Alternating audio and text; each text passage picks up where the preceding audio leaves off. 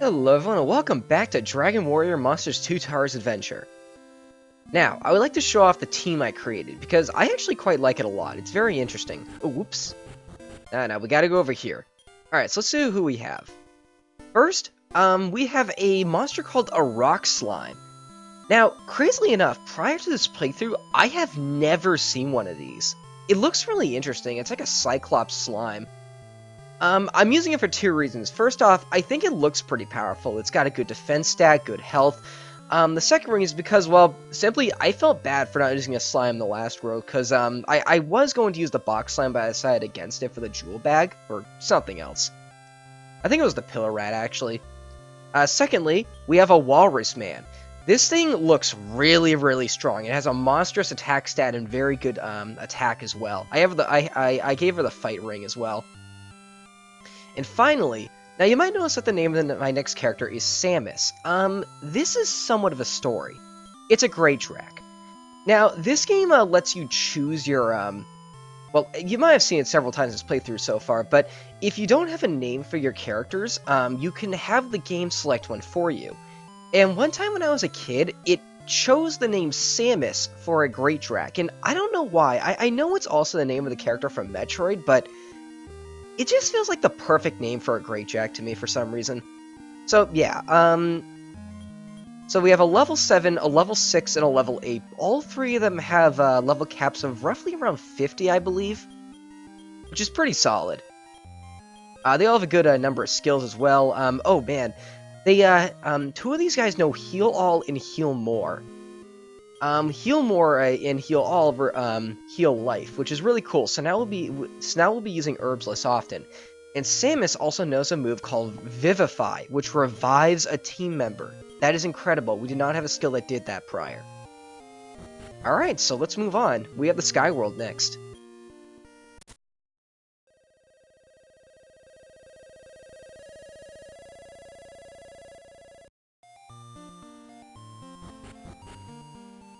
Alright, now this is kind of cool. There's something really cool to me about, oh, new enemies. There's something really cool to me about, like, floating islands for some reason. Now, I recommend that even if you don't breed, you do a lot of grinding before you come to this world. Because the monsters in this world are really dangerous compared to the last one. It's kind of crazy how much stronger they are. I think my inventory is full as well. Yeah, it is. I'll probably sell some stuff when we get to the next town, which I believe is up here. Yep, it's that tower, I believe. Yeah, that's a town. I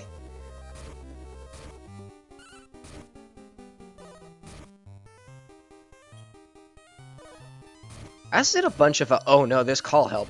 Yeah, that did like a double strike of like 20 damage each. I also did a few of the randomly generated worlds off screen as well.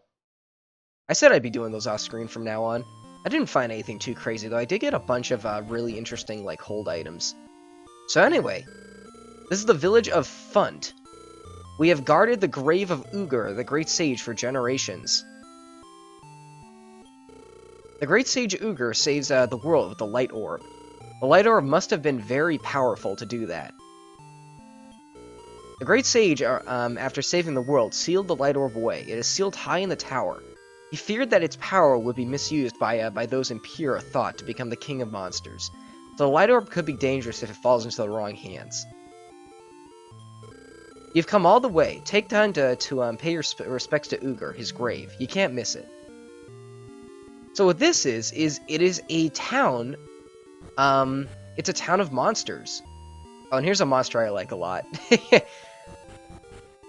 Whoa, look at the walls. They have, like, skulls in them. I never noticed that. It's kind of creepy, actually. They have, like, faces. A suspension bridge is in the south, but it's under guard. Nobody suspicious is allowed across. A human will never be permitted. Some time ago, lightning struck the tower, causing it to buckle. Did something do it deliberately? No, that can't be right. The orb is guarded by the Great Sage. You're not about to go after the light orb, so you can be the king. I suggest that you lose that thought now.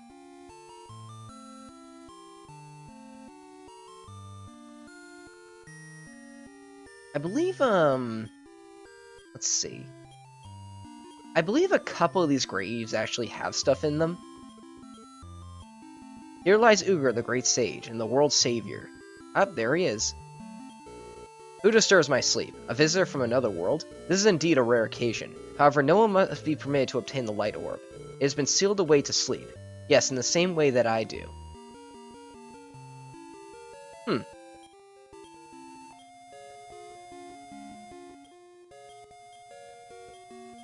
Huh, I could have sworn he could have gotten something from those. I just sworn there was a shop in this town too, but apparently I was wrong. Nobody can defy the orb's bearer as absolute power over the will of monsters, they say. A huge bird perches atop the tower every so often. I'll tell you, it's creepy.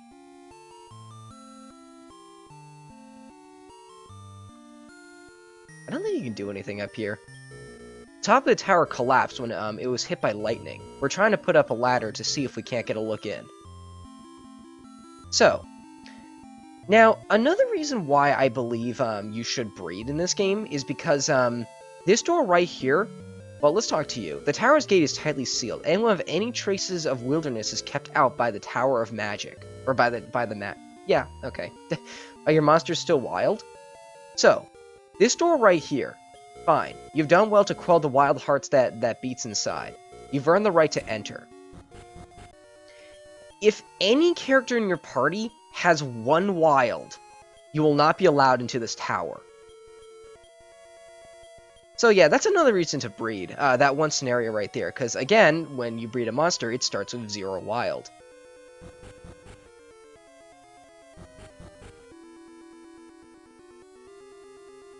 I kind of forgot how this place is set up. I remember one particular... Ah, there we go, okay. The monster in the middle I remember being particularly dangerous. He has an ability called, like, Reflect Back or something, which can reflect magic. And I like to rely on magic a lot in this part of the game. The Iron Turtle is pretty good as well.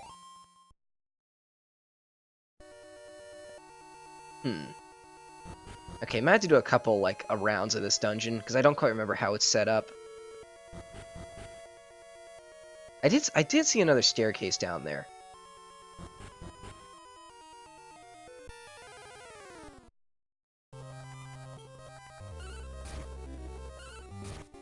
Man, I really like this team so far. I mean, obviously I used it a lot, because everyone is at least level 26 now. Oh, wait, that reminds me. I want to reorder them. Samus, Zonia, Clay. There we go. That's what I was primarily using. I think I may have got to a dead end first, which is honestly kind of a good thing. Now my inventory is full here, so I'm going to use a couple herbs real quick. These are going to be the first things to go if I, Oh, I forgot to put these away. These are 2 of the treasures I got in a different world. Resist Cure, Paralysis, and Death. That's the instant death status, not like you're immune to death or anything. And this resists Confusion, Poison, and Sleep, which is pretty good. Let's see. 2 Warp Rings. I gotta sell these antidotes. I'm just not gonna use them. Exit Bell. Okay, that's useful. I'm not gonna use it right now, though, because we just got here.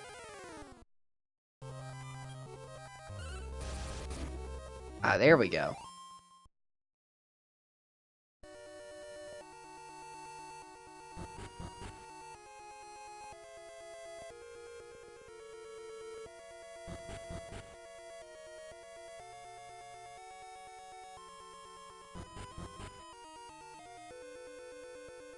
Alright, let's get back on track.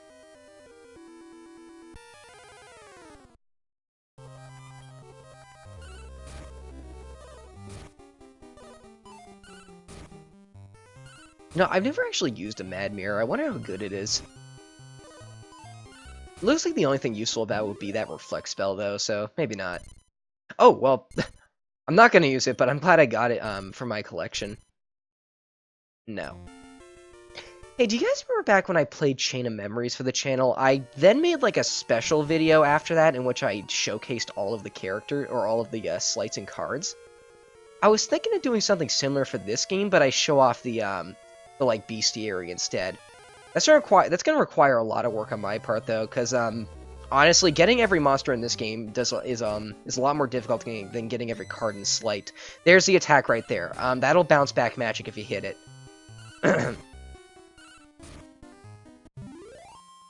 Very devastating, but whatever. As per usual, search for dead ends first. I always like making those sorts of videos.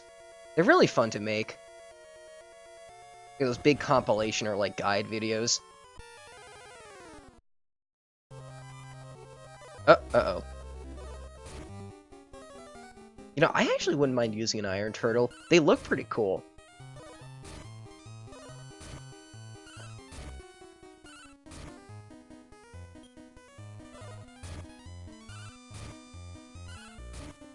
Ah, there we go.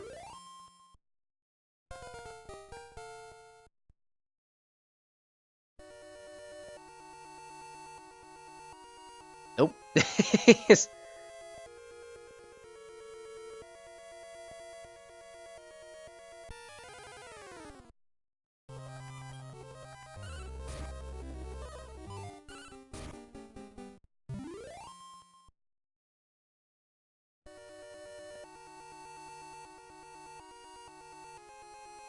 Ah, here we go. Look, a mad condor. It has something. It clutches a glowing ball.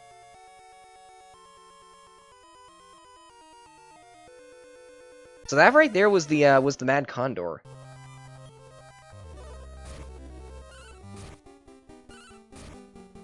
I will discuss that monster a little bit more later.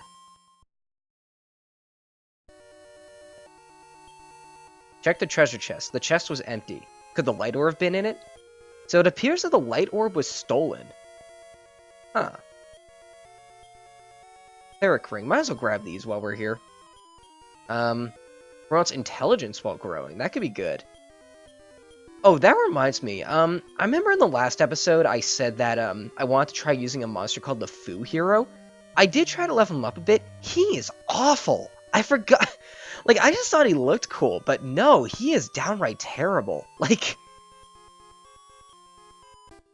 Oh, there we go. At level 30, he has, like, maybe 100 health, which is pathetic for any monster. You know, all of my monsters seem like they would be, good walls, like attacking walls, so I really don't think the Cleric Ring would be that great. I would like to use it for a different, so let me check something. No. I was gonna say, if any of these had, like, that ring symbol under them, I would have equipped the Cleric Ring. Alright, let's throw up the exit bell. Let's get out of here. Tower's gate is tightly... Oh. So, it appears the light orb has been stolen, so let's go ahead and talk with, Ugor.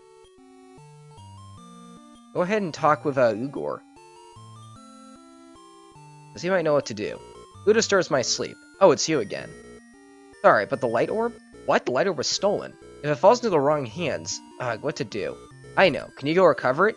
Yes. You'll do it. Excellent. But you being a human, you stand out too much in this world. Look behind my gravestone. Take what you find. It's a gift. Now, you can't get this before doing this, I believe. So if we look in here, we get the Change Staff. Now, this is a pretty interesting item. What happens... You use it, and you change into a monster. It doesn't actually change anything, but I think some monsters might say different stuff, and it also makes you blend in more. And this is required to get past certain points in the game. Now, one thing I think is kind of interesting about this item, if you use it on a screen of a certain kind of monster, you will only turn to those monsters. Like, these rooster monsters in this Super 10 are the only two monsters I'll turn into if I use it on the screen. And, just turn to a land owl instead. By the way, that's the name of this monster. I really, really like this monster for some reason. I might actually use it for the next world. I've been thinking about it. Though we don't have much more of this game left in terms of the story, so...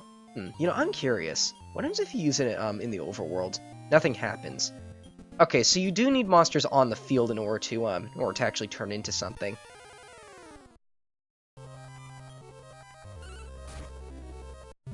Let's just one-shot him. Alright, well...